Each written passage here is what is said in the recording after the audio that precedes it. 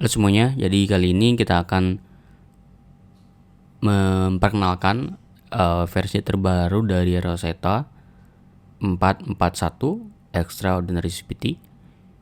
Yang akan kita coba lihat yang pertama adalah kita melakukan fixing di soal pengurutan manual ya. Jadi sebelumnya itu ada masalah ketika misalnya kita bikin satu bank soal misalnya ya. Bank soalnya namanya apa ya? BKE 01 gitu ya. Terus mata pelajarannya tuh belum tambah lagi. Tambah dulu deh. Matpel. Tambah namanya adalah matematika. Lalu didimin aja. Tambah koreksi mungkin ya.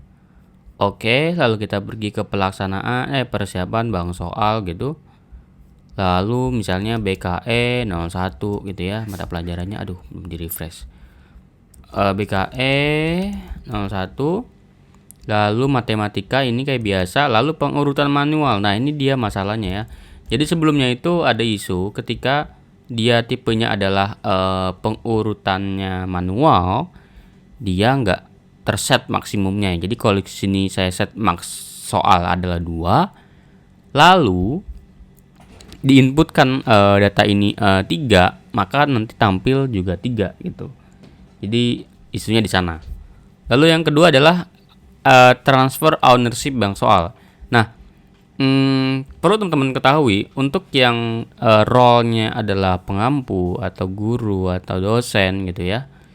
Itu tuh bank soalnya hanya bisa tampil di tempat yang mereka buat. Contohnya adalah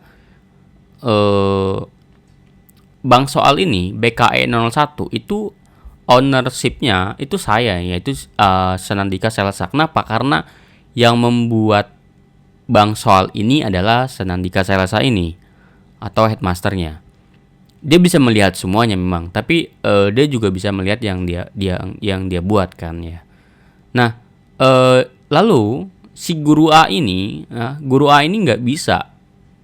Misalnya kita buat punya satu di pengguna ini namanya adalah siapa ya? Ferdinand gitu ya. Ferdi at celeran.id 3. Nah ini.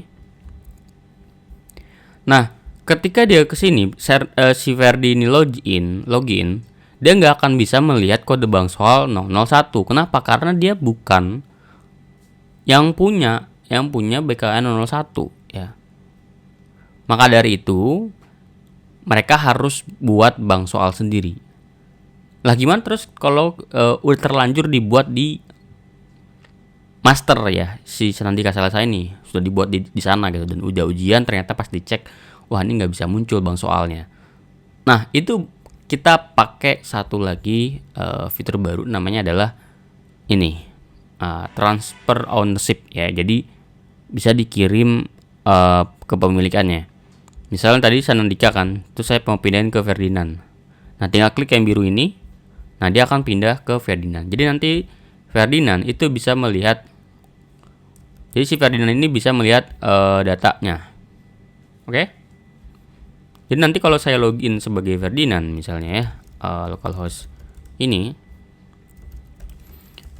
ferdi.celeran.id 123. Nah, saya lihat ke bank soal, nah muncul di sini. Ya. Tapi kalau saya ubah lagi ownership-nya, pemiliknya dari ke Senandika, nah dia nggak akan muncul bank soalnya. Oke? Di bank soal dan juga kita menambahkannya di pelaksanaan jadwal ujian. Ini juga bisa ya. Jadi misalnya ini Jakarta evaluation 1 10.00 gitu. Coba saya simpan. Nah ini. Lalu kan kita pergi ke pelaksanaan sini kan ya. Nah ini nggak punya kan dia. Maka kita bisa transfer kepemilikannya di sini. Nah, jadi di sini Ferdinand dia muncul. Maka dievaluasi, dia juga akan muncul di sini. Nah, muncul juga kan. Gitu. Jadi ada di jadwal dan juga bank soal untuk transfer ownership. Lalu yang selanjutnya adalah validasi ketika menambah PG dan PG kompleks ini udah gampang lah ya, karena sebelumnya itu ada kasus guru tuh salah atau lupa untuk mengisi KJ ya. Jadi kalau misalnya gini, contoh soal gitu, A gitu, A B C D. Nah ini saya coba simpan. Nah sekarang udah nggak bisa nih. Nah, minimal harus ada yang udah di set. Nah kayak gitu. Sama bagi kompleks juga ya. Jadi kita validasi kalau ternyata dia nggak ngisi KJ. Lalu yang selanjutnya adalah issue, activate, dan inactive peserta in large scale select. Jadi kalau misalnya datanya udah banyak banget gitu di peserta ini, terus kita nge-select semua gitu ya, sampai 100 atau sampai berapa ratus atau lebih dari 100 mungkin ya. Nah itu akan error sebelumnya ya. Nah sekarang kita fix itu. Lalu selanjutnya ada filter di bank soal. Jadi kalau kita pergi ke bank soal, sekarang udah ada filter di sini. Nah kita bisa nyari kodenya ya, kayak gini. Misalnya nggak ada ini, nah muncul. Lalu juga kita bisa B mapal dan juga B pemiliknya siapa ya, ownernya. Lalu isu jodoh when edit soal. Oh iya, jadi di grup itu kemarin banyak yang ada beberapa sih sebetulnya yang nge-raise isu bahwa datanya mereka nih nggak muncul gitu ya di soalnya tuh. Mereka tuh ngeblank putih di menjodohkan. Ternyata memang saya melihat ada perubahan key. Nah, perubahan key ini biasanya disebabkan karena perubahan KJ atau perubahan soal saat ujian sudah berlangsung. Misalnya, oke, saya kasih contoh ya. Misalnya di sini saya bikin satu soal ya. Soal untuk pilihan ini nih apa? Menjodohkan ke banyak. Misalnya gini, contoh soal. Misalnya A ke A, B ke B, habis itu C ini D. Nah kasusnya adalah kemarin sebetulnya si siswa ini sudah jawab D. Nah ini sudah jawab D, tapi ternyata ada penghapusan di sini. Nah, maka nanti dia akan error soalnya. Kenapa? Karena ternyata si D ini hilang ketika ujian itu sedang berlangsung. Jadi memang yang paling benar itu adalah tidak melakukan edit soal saat ujian sedang berlangsung, karena konsekuensinya memang nggak konsisten nilainya gitu ya. Contoh yang paling sederhana adalah misalnya PG itu, suatu PG itu A benar tuh yang A gitu ya misalnya. Terus siswa A 1, 2, 3 ini dia jawab A, pasti salah dong. Kenapa salah? Karena bener dong, karena A ini di KJ sekarang itu benar. Kemudian ketika soal itu selesai, siswanya selesai gitu, sisa 5 orang yang belum selesai. Nah si admin ini ngubah KJ misalnya jadi B, otomatis yang 5 orang ini juga bener gitu. Jadi A bener, B juga bener. Nah ini jadi gak konsisten nilainya. Makanya jangan dirubah ketika ujian udah berlangsung gitu. Ini juga sekarang ada warning ya. Jadi kalau misalnya soalnya nanti sudah digunakan, misalnya ya saya coba tadi berapa soal ya? Kompetensi ini saya edit deh jadi satu soal aja. Terus saya bikin jadwal ujian gitu ya. Nah ini saya coba login ke halaman siswa peserta, saya tambahkan aja 111 ini. Oke. Saya coba login. Nah kayak gini.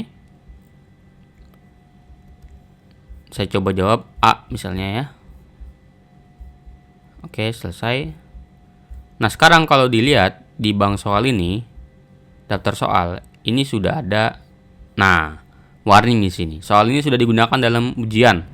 Mengedit soal dapat menyebabkan inkonsistensi pada nilai peserta sehingga tidak disarankan untuk dilakukan.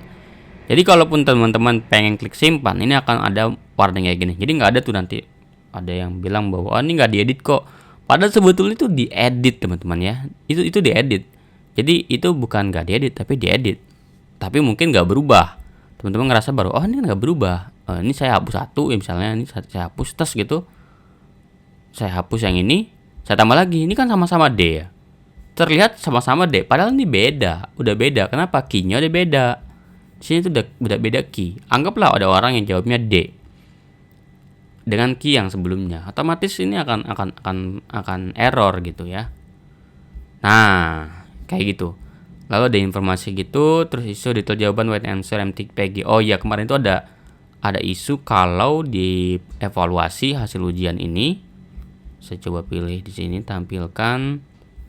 Nah, ini sebelumnya itu ada dia ngeblank kalau dia nggak jawab ya atau ngosongin. Security rest in delta answer. Oh, ini dua ini adalah security tambahan kita untuk menghandle rest condition di delta answer dan enroll schedule. Ini terlalu teknis ya. Jadi ada beberapa sekolah yang raise ke saya soalnya tuh cuma 50, tapi ternyata pas dilihat di hasil ujiannya itu kosong atau beberapa salahnya itu atau soal yang dikerjakan ternyata menjadi 200 soal dari 50. Setelah dilihat ternyata ada rest condition. Kenapa? Karena ternyata internet mereka lemot. Terus siswa itu ini karena dia ngerasa oh kok lemot ya, dimuter-muter terus di refresh tuh sama dia di refresh sehingga ada kondisi di mana concurrency terjadi menyebabkan rest condition. Rest condition itu apa? Misalnya gini. Ada dua orang barengan datang, dia nggak ngantri sistemnya, langsung barengan ngerebut jambu yang ada di keranjang yang mana itu stok satu-satunya. Nah, si user A atau si orang A ini ngerasa bahwa jambunya masih sisa satu, si B juga ngerasa jambunya masih sisa satu. Nah, itu terjadi rest condition tuh kayak gitu, balapan dia. Kalau antrian nggak gitu, antrian tuh pasti yang depannya orang pertama ngambil jambunya, otomatis kan nggak ada kan, jambunya nggak ada. Pas lagi orang kedua datang ke depan, ternyata jambunya udah nggak ada, jadi stoknya udah berkurang. Nah kalau rest condition tadi, dia barengan berdua sama-sama megang jambunya gitu. Nah itu udah dihandle di versi 4.41. Terus ada add violation log update and delete soal. Oh ya ternyata sekarang itu teman-teman setelah edit soal yang nggak boleh diedit gitu ya, karena sudah dipakai, itu kita akan log di dalam ini di sini ya, namanya trace ini. Jadi kalau teman-teman lihat di sini, nah ada lognya nih. Saya melakukan update. Coba saya ini ya, saya hapus ya. Harusnya masuk sini sih. Nah ini violation, nah ini tanggal 8. Nah masuk dua ini. Ternyata saya tuh melakukan dua update di sini. Correlation jamnya jam berapa. Nah terlihat. Ini adalah data yang lamanya. In case teman-teman ngerasa bahwa ternyata saya tuh kemarin salah nih, harusnya nggak diedit. Nah ini teman-teman bisa lihat di sini korelasinya jam berapa aja, lihat. Oke, termasuk kalau yang hapus data juga. Nah, ini akan ke log juga di sini. Nah, saya melakukan delete violation. Tapi kalau misalnya soalnya belum dipakai, dia nggak akan naruh di sini. Jadi ada di folder yang namanya ini, foldernya violation di storage kita. Terus sesuaikan tanggalnya. Jadi tanggalnya sekarang tanggal 8, berarti dia pakai ini di tanggal 8. Terus ada yang namanya fitur delete data transaksional. Oh iya. Jadi sekarang itu kalau kita pergi ke setting lalu database, ini kita bisa ngapus data-data yang non master ya. Contohnya apa? Contohnya jadwal. Itu kan non master ya, nggak master. Ada jawaban peserta. Itu kan kita nggak bisa lihat juga sih, tapi itu berpengaruh pada nilai. Ada nilai peserta. Ini bisa dihapus. Jadi yang disisakan adalah masternya aja. Jadi bisa tinggal tulis yakin banget. Ini coba dihapus. Maka nanti di jadwal udah hilang, di evaluasi juga akan hilang di sini hasil ujiannya. Nah, nggak ada. Jadi itu aja mungkin update di versi 4.4.1. Thank you semuanya.